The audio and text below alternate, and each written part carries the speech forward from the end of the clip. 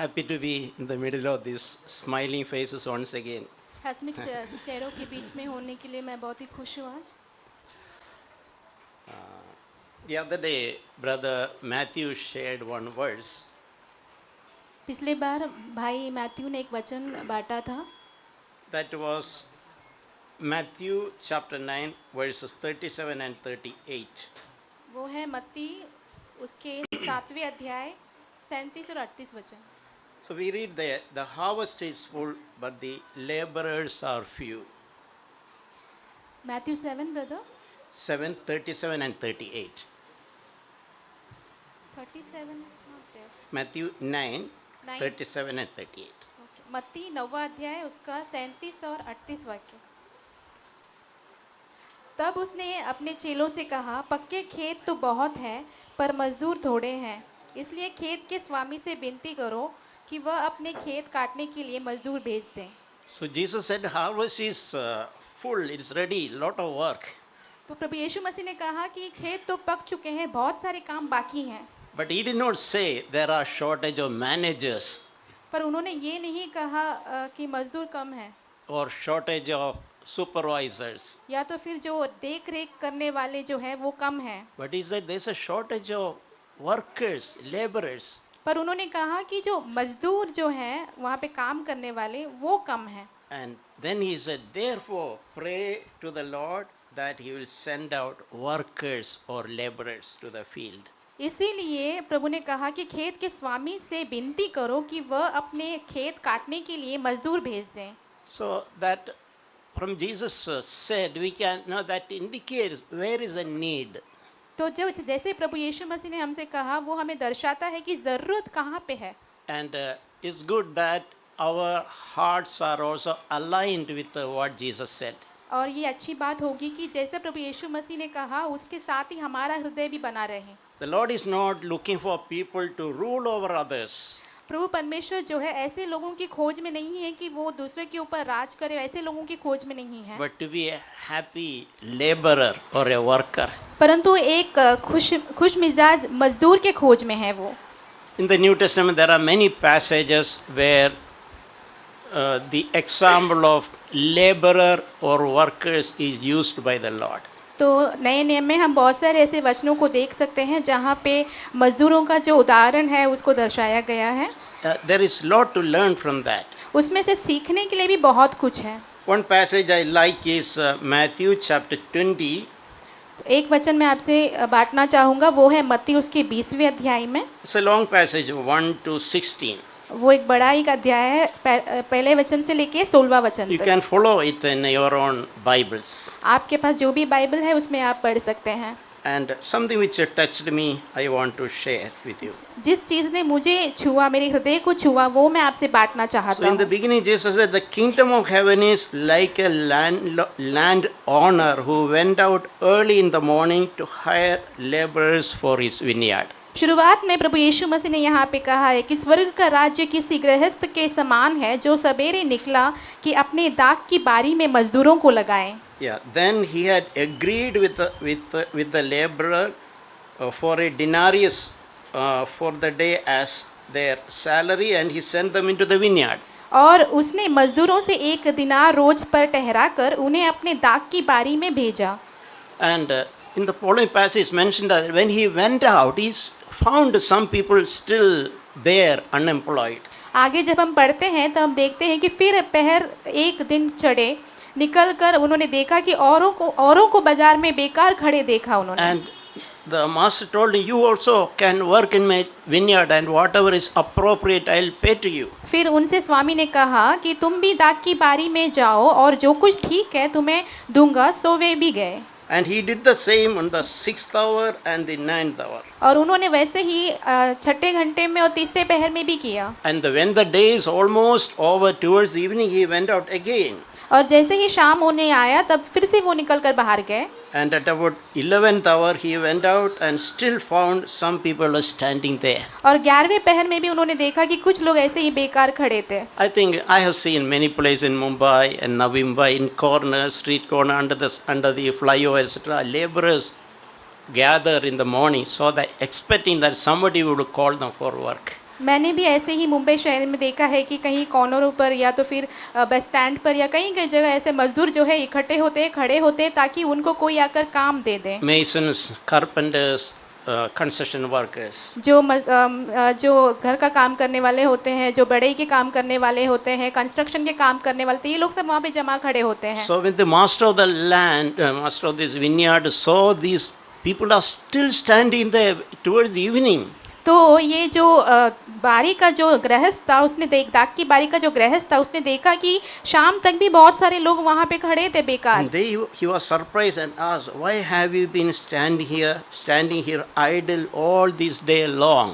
फिर उन्होंने चौंक कर ये पूछा कि तुम पूरे दिन तक ऐसे ही बिना कोई काम के कैसे खड़े हो? And they replied, "Because no one hired us." और उन्होंने उनसे कहा कि इसलिए कि किसी ने हमें मजदूरी पर नहीं लगाया। And he said, "You can also go into my vineyard and work." फिर उस स्वामी ने कहा कि तुम भी दाख की बारी में जाओ। Even though there's very little time to work, भले ही थोड़ा ही समय बाकी था, फिर भी maybe an hour. हो सकता है कि 1 ही घंटा बाकी हो। So once I read and when I little meditated that passage, एक बार मैंने ये पढ़कर इस वचन पर मैंने मनन किया।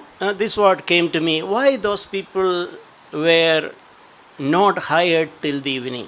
तो ये बात मेरे मन में आई कि ये जो लोग यहाँ पे बेकार खड़े थे, इनको शाम तक किसी ने बुलाया क्यों नहीं काम पे? Or in the other words, how some people were hired much early, the very first in the morning, right 8 a.m. in the morning. या तो फिर ऐसा मेरे मन में ख्याल आया कि सुबह ही कुछ लोगों को कैसे सुबह ही उन्होंने चुन लिया काम के लिए। The skilled people, the best of best are hired right in the morning. एकदम सवेरे जो है एकदम उत्तम काम करने वाले जो कामगार होते हैं उन्हें चुन लिया जाता है काम के लिए। And people who are not so skilled, tired, maybe they are not very handy people, nobody wanted them, nobody hired them till the evening. और जो लोग एकदम थके हुए रहते हैं, इतने कुशल नहीं रहते हैं और जिनकी जो कामकाज है उतना अच्छा नहीं रहता है, वैसे लोगों को छोड़ देते हैं और वे शाम तक ऐसे ही खड़े रह जाते हैं। So I imagined sometimes people who are not getting a job till the evening, they need to feed a family. और कई बार मैं ऐसा सोचता हूँ कि जिन लोगों को शाम तक काम नहीं मिलती है उनके पास भी एक परिवार होता है जिन्हें उन्हें खिलाना पड़ता है। You can see the face, the need is there, expectation, but nobody is hiring us. और उनके चेहरों पर उनकी ज़रूरत हमें दिख सकती है कि उनको वो तो ज़रूरतमंद तो है परंतु कोई भी उन्हें काम के लिए बुला नहीं रहा है। We can see those pitiful expression on their face. और हम उनके चेहरों पर वो दुख भरी जो शक्ल है उनकी वो देख सकते हैं। But the Lord was merciful to them. प्रभु परमेश्वर उन पर दयावंत So हो। when I thought about myself, that is how God called me. जैसे ही मैं अपने बारे में सोचता हूँ तो मैं सोचता हूँ कि ऐसे ही प्रभु ने मुझे भी बुलाया। I was saved when I was a student in the college. जब मैं कॉलेज में एक छात्र था तब मेरा उद्धार हुआ। Very often I thought, I was very selfish and self-centered, wicked.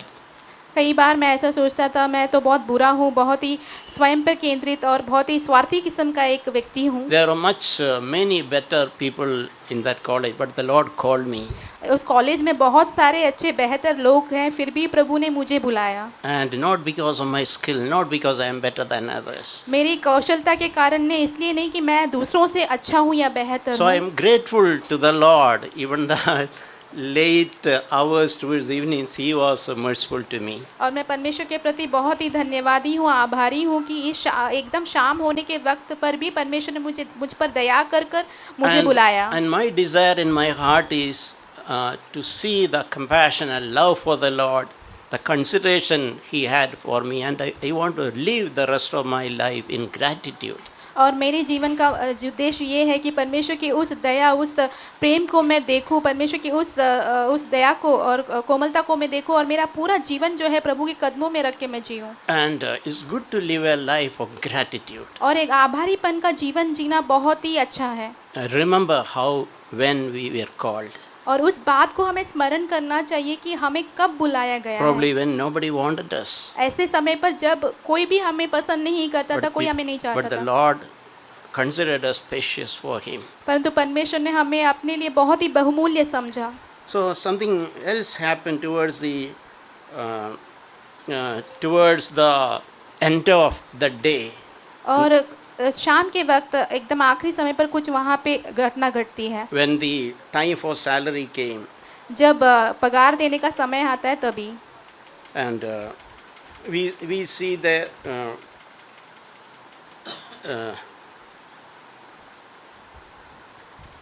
yeah. So the master said, call the laborers and pay them their wages, beginning with the last group to the first.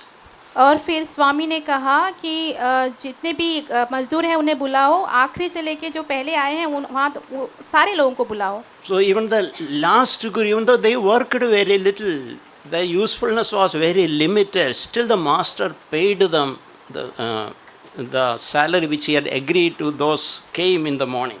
और जो आखिरी आए थे शाम को, उन्होंने बहुत ही कम काम किया, वो बहुत ही कम वो फ़ायदेमंद थे, फिर भी स्वामी ने उनको उतना ही पगार दिया जो कि सुबह सवेरे आए थे उन लोगों को जैसा पगार दिया वैसे ही इनको भी पगार दिया। But those who came early in the morning, when their time to gather salary, they thought they probably will get more. पर जो एकदम सवेरे आए थे, जब वे पगार लेने आगे आए तो उनको ऐसा लगा कि क्योंकि हम बहुत जल्दी आए थे सुबह तो हमें थोड़ा और ज़्यादा मिल सकता है। But the Lord gave him what was agreed in the beginning. पर स्वामी ने उनको उतना ही पगार दिया जितने के लिए वे सहमत हो गए But थे। we see they were grumbling. पर हम यहाँ पे देखते हैं कि वो लोग कुड़कुड़ा रहे थे। And the Lord had a good answer. Whatever right out of my money I gave to them. What is your problem? तो स्वामी ने उन्हें उत्तर दिया कि जो कुछ भी सही था, धार्मिक था, मेरे पैसे में से उनको जो मैंने बोला था वही पगार दिया है। What I agreed with you, I gave to you. और जो मैंने तुमसे सहमति ली थी जिस पगार के लिए, वो पगार मैंने तुमको दिया, इसमें तुम्हारी क्या समस्या है? Why you are envious at others when I gave them the same thing even though they came late? और तुम दूसरे लोगों पर इतना जलन क्यों रख रहे हो जबकि मैंने उतना ही पगार उन्हें दिया जितने के लिए मैंने उनसे बात की थी। So the Lord is concluding in Matthew 20 verse 16. तो यहाँ पे परमेश्वर जो है उस वचन को जो है संक्षेप कर रहे हैं 16 वचन में, मत्ती 20 का 16। The last shall be first and the first shall be last. इसी रीति से जो पिछले हैं वे पहले होंगे और जो पहले हैं वे पिछले होंगे। So in the kingdom of God, the rules are different. और जो राज्य है वहाँ के जो नियम है वो अलग अलग हैं। Those who are not skilled, those who are not useful, those who are called, they have also an opportunity even to surpass those who came earlier. और जिनके पास कौशलता नहीं है, जो इतने ज़्यादा फ़ायदे के नहीं है, उनके पास भी ऐसा मौका था कि वो लोग उन लोगों से भी आगे बढ़ जाएं जो कि पहले आए थे। That's a tremendous encouragement. वो बहुत बड़ी एक प्रोत्साहन की बात है। Those people who messed up their life, जिन्होंने अपने जीवन को खराब कर दिया है, came to faith very late in age. और उम्र में बहुत वर्ष बीतने के बाद जो विश्वास में आए हैं, Already they made lot of mistakes in their lives. उनके जीवन में उन्होंने पहले से ही बहुत सारी गलतियां भी की होंगी। And the people around them rejected them. और जो उनके आसपास के लोग थे उन्होंने उनको नकार दिया होगा। But when you come to the kingdom of God, God can offer an opportunity, another lease of life.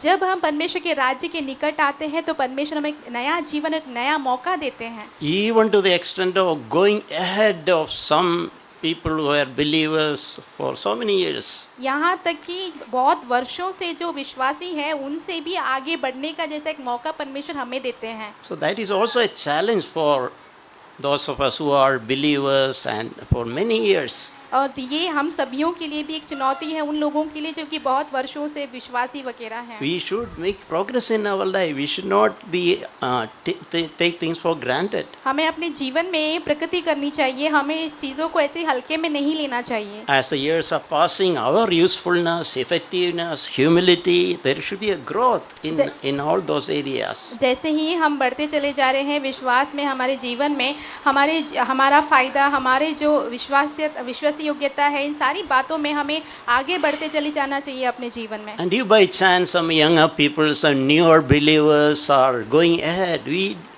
should not feel envious. We can celebrate with them.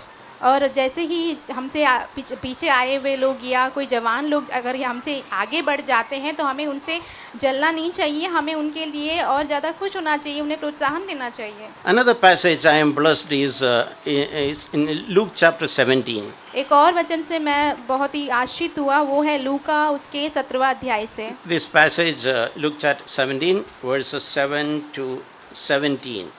लूका 17 अध्याय 7 से लेकर 17 वचन तक। Again, I am not reading the passage wholly. मैं यहाँ पे पूरा अध्याय नहीं पढ़ रहा हूँ। So here we speak about a master when his servant he sent him first to the field. यहाँ पे हम एक स्वामी के बारे में पढ़ते हैं जो कि अपने दास को अपने खेत में भेजता है। After the day's work, he came to home and he was asked to cook food for the master.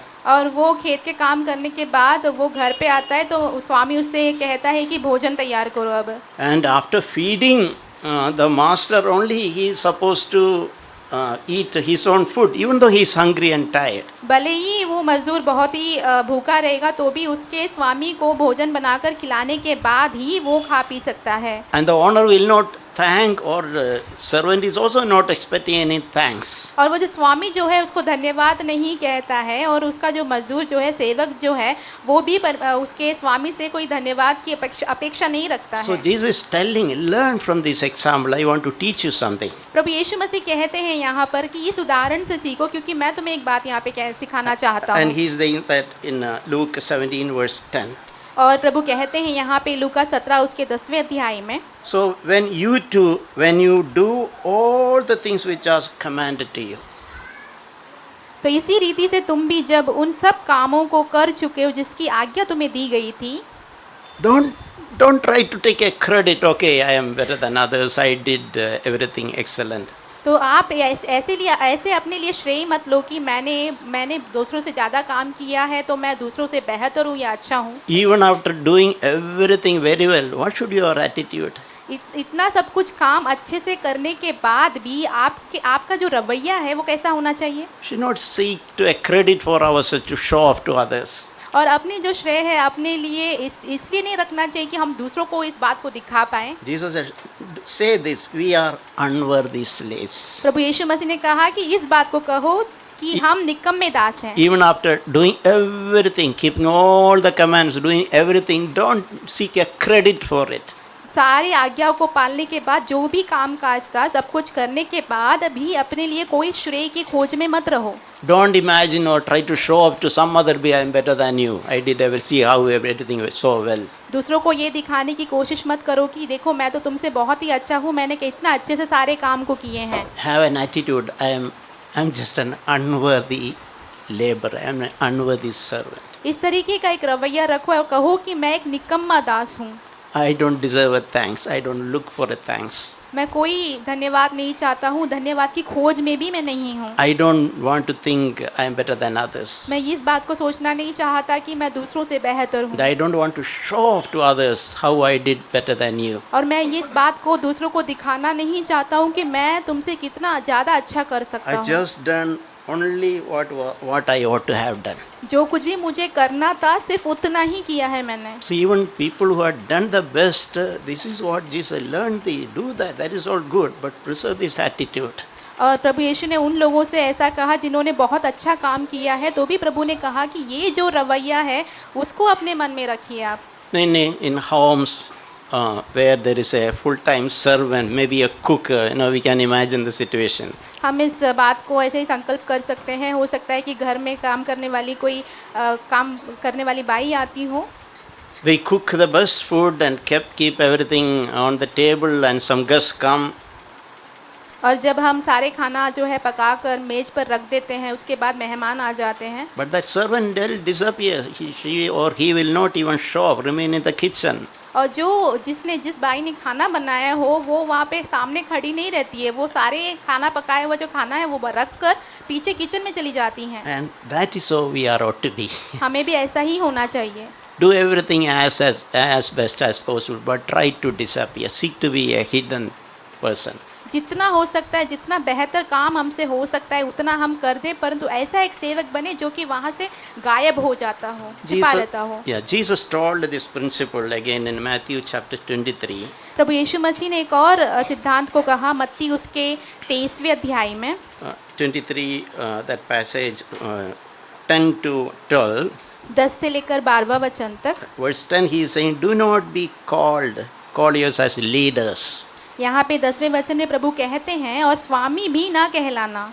And then he said, verse 11, the greatest among you shall be your servant. और 11वें वचन में फिर से वो कहते हैं जो तुम में बड़ा हो वह तुम्हारा सेवक बने। So it's speaking to our heart, our attitude to be a leader, to show or control others, etc. तो ये सारी बातें हमारे हृदय से वो कर रहे हैं कि हमारी इच्छा ऐसी होती है कि हम स्वामी बने, दूसरों के ऊपर अधिकार चलाएं, ऐसा सब होता है। And he said, those who exalt himself will be humbled, and those who humbles himself will be exalted. प्रभु ने कहा कि जो कोई अपने आप को बड़ा बनाएगा वह छोटा किया जाएगा, और जो कोई अपने आप को छोटा बनाएगा वह बड़ा किया जाएगा। And about his own calling, about his own life, which he manifested when he was on earth. जब प्रभु यीशु मसीह इस पृथ्वी पर थे, उनके जीवन के द्वारा इस बात को उन्होंने प्रकट करके The दिखाया। Lord made a statement. प्रभु यीशु ने ऐसी एक बात कही, That is in Matthew 20 verse 28. वो है मत्ती 20वें अध्याय के 28 वचन में। The Son of Man did not come to be served, but to serve and to give his life as a ransom for many.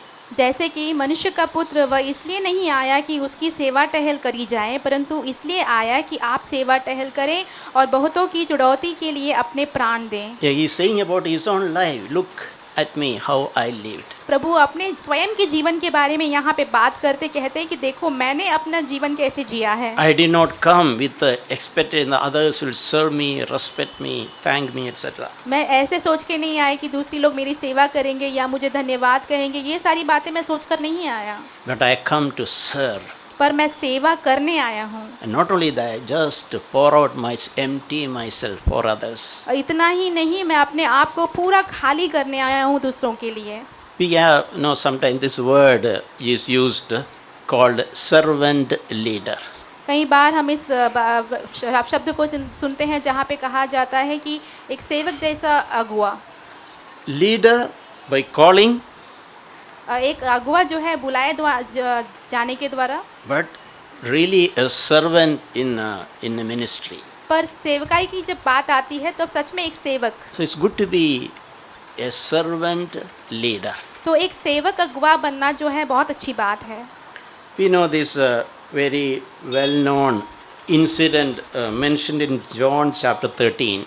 हम यूहन्ना उसके 13वें अध्याय में ये घटना जो है बताई गई है, उसको हम अच्छे से जानते हैं। Where the Lord washed the feet of his own disciples. जहाँ पे हम देखते हैं कि प्रभु ने अपने स्वयं के शिष्यों के पाँव धोए। No, and there was no servant or a slave to do that. वहाँ पे कोई दास या सेवक नहीं था वो उस काम को करने के लिए। And probably the disciples themselves were unwilling to do. यहाँ तक कि जो शिष्य थे वे स्वयं भी इस काम को करने के लिए इच्छुक नहीं थे। When it all comes, we all experience when some dirty job come, we just think inside, who will do this? ऐसे ही हमारे साथ भी होता है कि कोई गंदा काम आ जाता है हमारे सामने तो हम ये सोचते हैं कि अरे ये काम कौन करेगा अब। We want someone else to do. हम चाहते हैं कि कोई और इस काम को कर So when the disciples were looking at one another, तो शिष्य भी एक दूसरे को देखने लग गए। Jesus said, I will do it. और प्रभु यीशु मसीह ने तब कहा मैं ये काम करता I am हूँ। not ashamed to wash your feet. मैं बिल्कुल भी तुम्हारे पैर को धोने में शर्मिंदा महसूस नहीं करता। And just like a slave would do, he did that literally. जैसे कि एक दास या सेवक करता वैसे ही प्रभु ने भी उस काम को किया। And washed their dirt from their feet and dried it.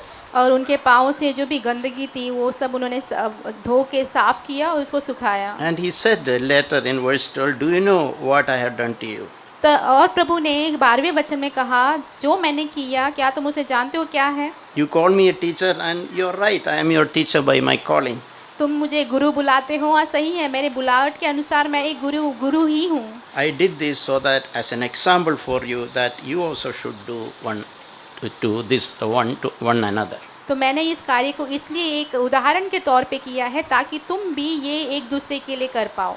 And there is something beautiful Jesus is saying in verse 17.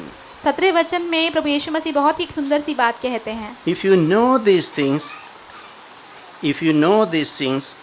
and if you do them, you are blessed. तुम तो ये बातें जानते हो और यदि उन पर चलो तो धन्य हो। In other words, it's a blessed thing if you get a revelation that I am just a servant. और प्रभु दूसरे शब्दों में कहा जाए तो वो कहते हैं धन्य हो तुम यदि तुम इस बात को एक प्रकटीकरण के रूप में जान लो कि तुम एक सेवक की तरह हो। I am happy to be a servant. मैं एक सेवक बनने के लिए खुश हूँ। Even if I am a leader by calling, I am happy to be a servant. बुलाहट के द्वारा एक अगुवा होने के बावजूद भी मैं एक सेवक बनने के लिए बहुत खुश हूँ। So Jesus said it's a blessed thing. I say this, I don't know whether you understand what I say. That's what Jesus was trying to say. तो प्रभु यीशु मसीह यहाँ पे ये कहने की कोशिश कर रहे थे, मुझे नहीं पता कि मैं जो बातें कह रहा हूँ तुमसे तुम्हें समझ में आ रहा है कि नहीं, परंतु ये सारी बातें अगर तुम करोगे तुम धन्य हो। तो But if you really grasp what I am trying to explain, यदि तुम सच में समझ पाओ जिस बातों की मैं विवरण दे रहा हूँ उस बातों को, and showed you by an illustration, और मैंने तुम्हें एक उदाहरण के द्वारा दिखाया भी है, if you get light on it, यदि तुम्हें उसके ऊपर प्रकाश मिले and you also live such a life, और तुम भी ऐसे एक जीवन को जियो, you are really blessed. तो तुम सच में धन्य हो। So it's a wonderful thing if God has opened our eyes and if we a little bit understood such a life. तो बहुत ही धन्य होगा, बहुत ही आशीष बात होगी यदि प्रभु ने हमारी आंखों को खोल दी हो और हमने इस ऐसे एक जीवन को, एक अद्भुत जीवन को समझ लिया हो थोड़ा बहुत। In another place, we see in the example of prodigal son. तो हम उड़ाव पुत्र के जो उदाहरण है उसमें भी एक बात को देखते हैं। Prodigal son, when we know the entire story, and finally graciously he came to his senses. और हम उड़ाव पुत्र की कहानी को जानते हैं और आखिरकार वो अपने आप में आ जाता है, होश में आता है। He understood his failure, the mistakes. उसकी जितनी भी गलतियां थी उसको उसका एहसास हुआ, आभास हुआ। And he did not blame anybody. He took it on himself. उसने किसी और पर दोष नहीं लगाया, उसने सारी बातों को अपने ऊपर ले लिया। And he decided to turn the course of his life and go back to his father. और उसने इस बात का निर्णय लिया कि मैं अपने जीवन को अभी बदलूंगा, और उसने ये निर्णय लिया कि वो अपने पिता के पास वापस जाए। But in his heart he desired to go, and he understood that, and he wanted to tell to the father. और उसने अपने मन में इस बात को जान लिया, समझ लिया, और वो अपने पिता से ये कहना चाहता था। So what he wanted to say, that is in Luke 15 verse 19. जो वो बात कहना चाहता था वो है लूका 15वां अध्याय उसके 19वें वचन में। I am no longer worthy to be called your son. तो यहाँ पे कहा गया है कि मैं तेरे पुत्र कहलाने के लायक नहीं हूँ। Make me just as one of your laborer or a worker. मुझे अपने एक मजदूर की नाई रख ले। So when I read this, very often I am identified myself like this prodigal son. कई बार मैंने अपने आप को ये देखा है इस उड़ाव पुत्र के समान। I felt it is I. मैंने सोचा कि ये मैं हूँ। And I have prayed from my heart, because when I realized I let down God many times. जब मैंने प्रभु को बहुत बार छोड़ दिया तो इस बात को मैंने एहसास किया। I made many mistakes in my life. मेरे जीवन में मैंने बहुत सारी गलतियाँ की। So when the Lord graciously granted repentance and brought me to my senses, जब प्रभु परमेश्वर ने मुझे पश्चाताप करने का मन दिया और अपने होश में मुझे लाया, so I prayed, Lord, I am not worthy to be called a child of God. तब मैंने प्रभु से प्रार्थना की, प्रभु मैं परमेश्वर की संतान कहलाने के भी योग्य नहीं हूँ। So this is saying, he is using this, make me just as one of your laborer. तो यहाँ पे वो पुत्र कहता है कि मुझे अपने एक मजदूर की नाई रख ले। So seeking such a life is also a mark of a brokenness. A broken person would seek to be a servant or a laborer than a manager or a supervisor. और जो टूटा हुआ व्यक्ति है वही एक व्यक्ति होगा, ऐसा एक समान व्यक्ति होगा जो कि मजदूर होने के खोज में लगा रहेगा। एक मैनेजर या तो फिर जो देख रेख करता है उससे भी ज़्यादा उसको ऐसा मन होगा। And a servant will not have any expectation from others. एक सेवक के पास दूसरों से कोई भी अपेक्षा नहीं रखेगा वो For reward or appreciation.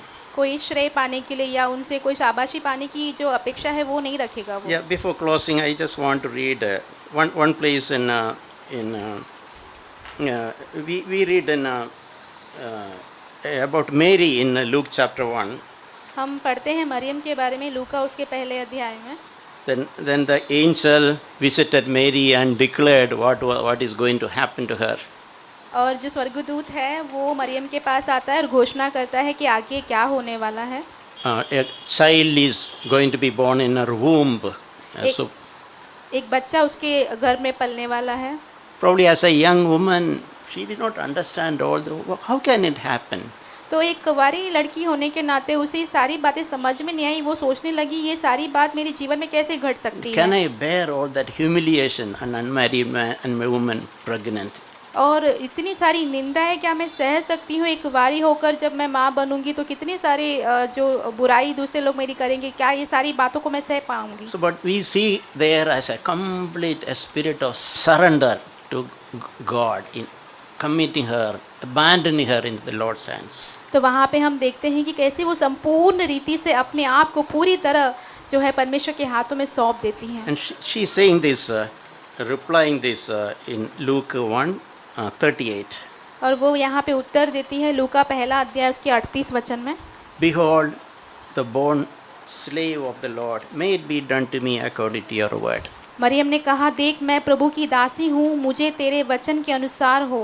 So she is saying that I am the bond slave, I am a bond slaver, not an employer who can get a salary. I am completely like a slave in your hands. तो यहाँ पे वो कहती है कि प्रभु मैं तेरी दासी हूँ, मैं कोई काम काज करने वाली नहीं हूँ जिसको पगार मिलता हूँ, परंतु मैं एक दासी हूँ और मैं अपने आप को प्रभु के हाथों में पूरी तरीके से सौंपती So हूँ। it's a mark of complete surrender. तो यहाँ पे एक संपूर्ण रीति से सौंपने की बात का चिन्ह दिखता So dear है। brothers and sisters, may God really open our eyes तो प्रिय भाइयों बहनों, सच में प्रभु हमारी आंखों को भी खोल दें and recognize that it is blessed to know that we are just servants. और इस बात को हम समझ लें कि सच में धन्य है कि हम एक सेवक हैं। I am not the manager, I am not the supervisor. मैं एक देख रेख करने वाला या तो फिर मैनेजर नहीं हूँ। I only need to do what is told me to do. जो कुछ भी मुझे कहा जा रहा है मुझे उतना ही करना है। Everything is not on my head. सब कुछ मेरे सर पर नहीं है। There is someone to whom I belong. मेरा कोई है जिसके प्रति मुझे कुछ काम करना है। My responsibility just to obey him. मेरा ये जिम्मेदारी है कि मैं जो वो कह रहे हैं सिर्फ उस बात का ही पालन करूं। So I think life will be much more easier. तो मुझे लगता है कि तब हमारी जो जीवन है वो और आसान हो जाएगी। It will not be a burden. एक बोझ के समान नहीं होगा। It will be much lighter if you see ourselves as servant. यदि हम अपने आप को एक सेवक के रूप में देखें तो हमारा जीवन जो बहुत हल्का सा लगने And लगेगा। as a result, our life could be a sweet smelling aroma to God and even to others. तो वैसे ही हमारा जीवन जो है परमेश्वर के लिए और लोगों के लिए, हमारे आसपास के लोगों के लिए एक सुगंधित एक द्रव्य के अनुसार हो जाएगा। May God bless us. परमेश्वर हम सभी की आशीष करे।